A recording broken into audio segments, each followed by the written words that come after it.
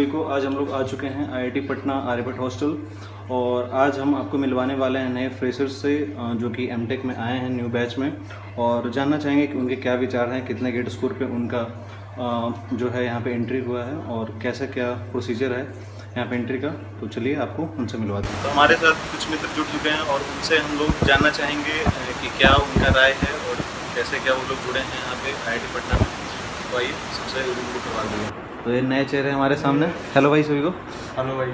चलो तो अपना परिचय दीजिए सबसे पहले, आपका नाम क्या हुआ? जी मेरा नाम नितिन पेरोजी है, मैं मुरैना मध्य प्रदेश से हूँ, जो चंबल संभाग में आता है। नाम तो सुना ही होगा आपने। बहुत सुंदर। तो आपको कौन सा ब्रांच जो अलॉट हुआ है? और मुझे यहाँ पर सिविल डिपार्टमेंट में ट्रांसपोर्टेशन इंजीनियरिंग अलॉट हुआ है। अच्छा, कितना गेट स्कोर पे मिला आपको?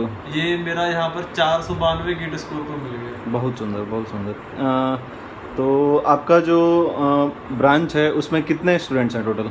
हमारी ब्रांच में स्टूडेंट तो कम है क्योंकि बीटेक के जो डिवाइड हो जाते हैं सेपरेट वाइज, उसके अकॉर्डिंग अभी हम लोग 7 स्टूडेंट हैं। अच्छा, और वैसे भी इस बार आपका जो ब्रांच है ट्रांसपोर्टेशन इंजीनियरिंग वो की न्यू ब्रांच ही है, क्योंकि हम लोग के टाइम सिविल एंड एनवायरमेंटल होता था, स्ट्रक्चर होता था, जियोटेक होता था। हाँ। तो अभी से मतलब चलिए, तो कैसा लग रहा है आपको माहौल यहाँ का?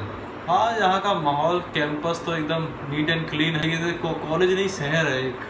चलिए, एक सिटी है, चमकता हुआ कैंपस। बाकी डिपार्टमेंट और क्लासेस का तो ये है कि अभी 2 ही दिन हुए हैं। अभी क्लास हो गया? अभी 2 दिन हुए हैं अभी। अच्छा, बस इंट्रो वगैरह चल रहा है।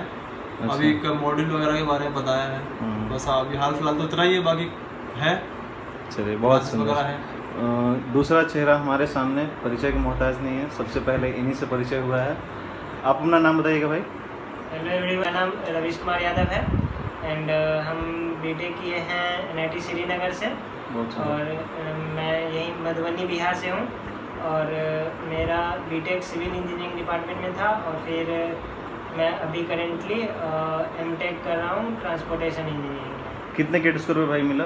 435 गेट स्कोर था मेरा। अच्छा, आप जितने भी स्टूडेंट्स होंगे तो कितने मतलब मिनिमम गेट स्कोर पे मिला है? अक्सर लोगों का ये रहता है स्टूडेंट्स का, तो लगभग मतलब क्या रेंज रहता है मिनिमम जिस पे सिलेक्शन हुआ? इसमें ना ऐसा ऑब्जर्व किया है कि सब बच्चा सीट ऑफर तो ले लेता है लेकिन एक्सेप्ट नहीं करता है। अच्छा। तो हमको लगता है ना कि 400, 350 और 100 भी है ना, तो आप अप्लाई कर दीजिए। अप्लाई तो करना, तो मतलब अप्लाई करना ही चाहिए। अगर आप क्वालिफाइड हैं तो और एमटेक करना चाहते हैं तो अप्लाई कीजिए। आईआईटी पटना मिल सकता है। मतलब मिल जाएगा।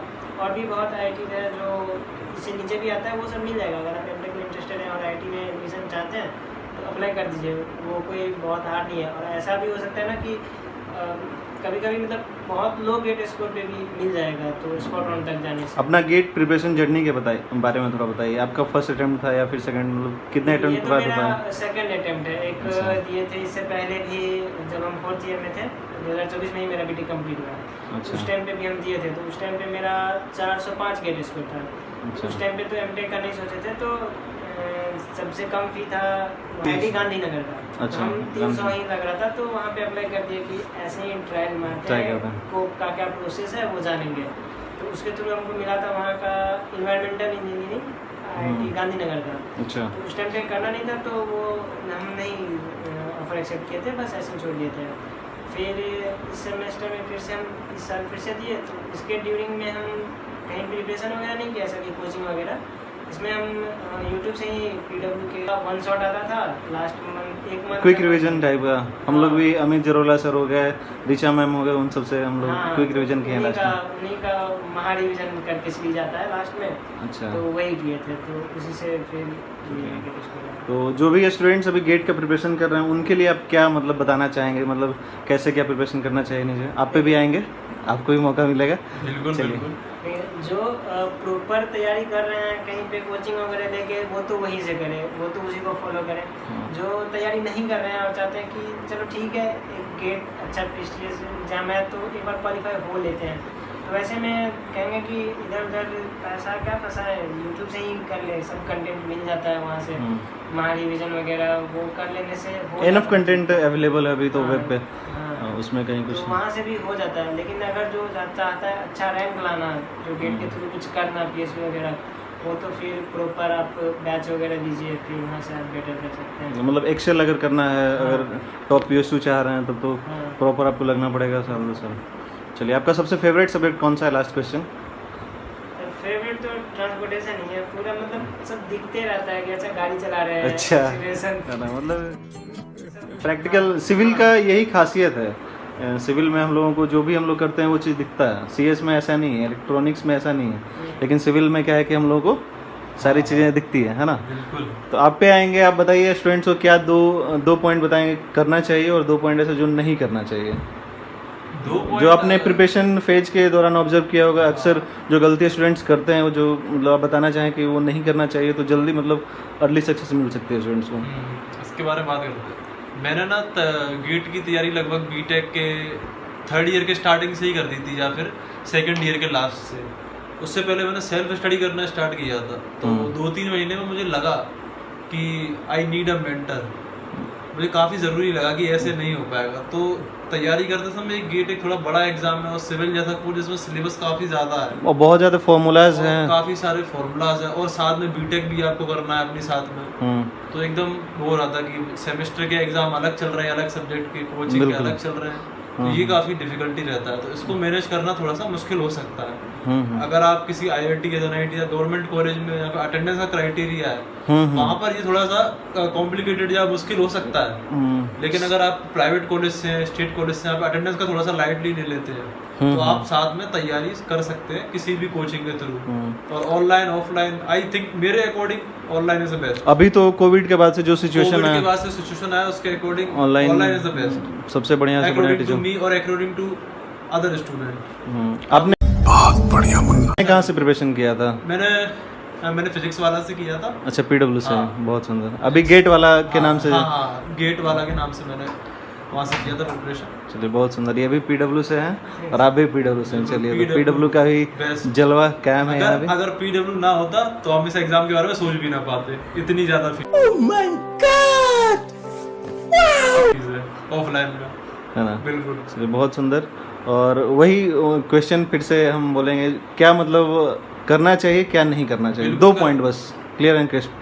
बिल्कुल करना चाहिए। इसके एडवांटेज है, आपको MTech करना है नहीं करना है, लेकिन आपके गेट देना ही चाहिए। गेट रेज्यूम में ऐड होगा, ये आपको एडवांटेज देगा प्लेसमेंट में भी, और आपको अंदर से कॉन्फिडेंस लाएगा कि आपने एक एग्जाम निकाला है, जो काफी सारे स्टूडेंट नहीं निकाल पाते। 100 में से 16 से 17% स्टूडेंट ही से क्वालिफाई करते हैं। बिल्कुल। तो आप एक हाईलाइट होंगे उसमें। लाखों स्टूडेंट्स पढ़ते हैं और उसमें 16% बच्चे क्वालिफाई करते हैं पर ईयर, कोई इसमें इंक्रीमेंट नहीं हो रहा है। 16 से 17% बच्चे, दैट्स अ कांस्टेंट ट्रेंड, एक कांस्टेंट ट्रेंड। चलिए, क्या गलती है जो स्टूडेंट हमेशा मतलब वो प्रिपरेशन फेज के दौरान करते हैं? मतलब मैक्सिमम स्टूडेंट्स करते हैं, आपने भी हो सकता है जाने अनजाने में किया होगा।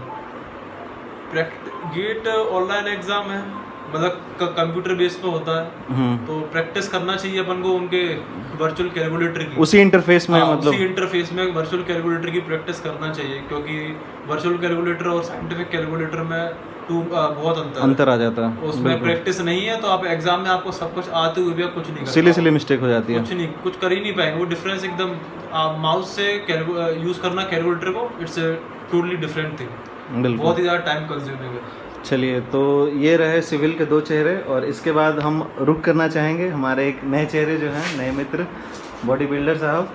चलिए, तो आप पहले बॉडी दिखाइए एक बार। आइए देखते हैं, मजा आएगा। बॉडी दिखा दीजिए, जो आपकी हॉबी है वो तो एक बार दिखना ही चाहिए, कोई दिक्कत नहीं है। दिखा दीजिए। चलिए, अरे वाह, क्या कहने भाई, प्यारी समझ गई।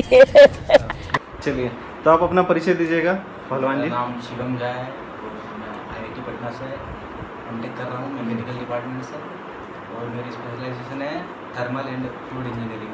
ठीक है। और मैंने गेट क्लियर किया था 2025 वाला, 24 वाला और 23 वाला किया था, पर जॉब के साथ। बहुत सुंदर। आपने 3 साल कंसेक्यूटिवली। 2023 में जस्ट पास हुआ था मैं।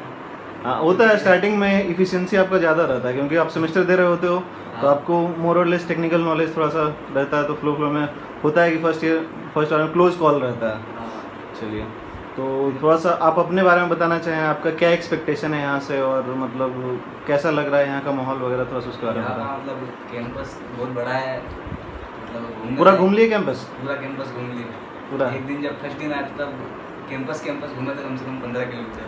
अच्छा। मतलब बार बार इधर से उधर डॉक्यूमेंट पता नहीं होगा रास्ता है कहाँ पता क्या। नहीं होता है, रास्ता अभी तक भी पता नहीं चला पूरा। तो उसके लिए मैं पिन कर दूंगा, हमारा कंप्लीट कैंपस टूर है यूट्यूब पे। जब IIT पटना मैंने ज्वाइन किया था तो सबसे पहला वीडियो मैंने वही कंप्लीट कैंपस टूर का डाला था। तो अपने बारे में बताइए आप, मतलब कौन कौन से टीचर इस बार हैं और कैसा क्या मतलब। अभी टीचर जो है हमारे एक अजय यादव सर है, जो हमको अभी RAC पढ़ा रहे, मतलब थर्मल मेन वही संभालते हैं। उसमें से वो एक थर्मल की लैब लेते हैं। कौन ऐसी क्लास मतलब कि जिसमें मज़ा आ गया? मज़ा आता है RAC में। RAC में। हाँ। चलिए, और HS की क्लास में सुनने में आता है कि क्योंकि उसमें बहुत लोग सभी लोगों का वो हो जाता है कोला, सभी लोग आ जाते हैं, मर्ज हो जाते हैं, तो उसमें क्या मतलब? उसमें मतलब ये होता है कि थोड़ा मतलब बोलने में हेजिटेशन होता है, डर लगता है। कभी कभार स्मृति मैम है जो भी हैं, या फिर वो पूछ देती हैं क्वेश्चन वगैरह, तो लेते वक्त मैं तो मतलब बहुत सारी चीज़ें भूल भी गया था। कुछ फनी वाकया जो हुआ हो क्लास में या फिर मतलब फ्रेंड सर्कल में या मिलने के दौरान, तो वो आप साझा करना चाहेंगे? नहीं मतलब यही हुआ था कि HSS की क्लास में जब वो इंट्रोडक्शन में पूछ रहे थे तब मैं बहुत सारी चीज़ें वहाँ पे इधर उधर हो गई थी बोलने में, चलिए तो मैडम भी कंफ्यूज हो गई थी उसमें। चलिए, अच्छा, सही है।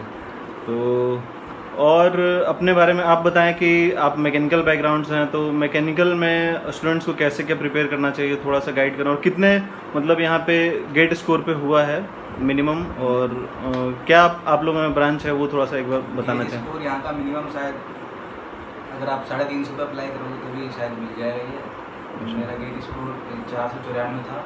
बहुत सुंदर। और मतलब यहाँ पर मतलब अप्लाई यहाँ पर नहीं, मतलब किसी भी IIT में आप करोगे, अगर लोअर लेवल के IIT में और अपर में भी कर सकते हो तो शायद हो जाए। हाँ, टॉप NITs में भी चांसेस हाई रहते हैं होने का, क्योंकि लास्ट स्पोर्ट राउंड में भी हो जाता किसी की, और इस बार बड़ी बड़ी IITs में भी सीट खाली दे दी है, जी जी। तो आपको मतलब हो सकता है अगर गेट क्लियर हो गया है तो एक बार ट्राई जरूर कर सकते हैं MTech के लिए। और आपसे भी मैं वही क्वेश्चन फिर से रिपीट करूँगा, कौन सा ऐसा गलती है जो मतलब स्टूडेंट्स अपनी प्रिपरेशन के दौरान करते हैं और वो नहीं करना चाहिए? एक तो ये है कि प्रैक्टिस सवालों की कम करते, सिर्फ लेक्चर PYQ मतलब लेक्चर देखते रहते हैं सिर्फ, और रिवीजन बहुत कम हो पाता है। वो जो बच्चे हैं वो सब पूरा सिलेबस कवर करने में लगे रहते हैं। सिलेबस तो कवर मतलब बहुत कम ही लोग कर पाते हैं। तो बिल्कुल, हमारे एक भाई ने भी बताया मॉक टेस्ट जो है रियल इंटरफेस में देना। हाँ। चलिए, तो मज़ा आया आप लोगों से बात करके, तो बहुत बहुत धन्यवाद सभी को। और चलिए, तो आप बताएंगे कि चैनल को क्या करना है लाइक और एंड सब्सक्राइब करना, ज़्यादा से ज़्यादा फैला देना है वीडियो को। लाइक करें, सब्सक्राइब करें एंड शेयर करें। Yeah.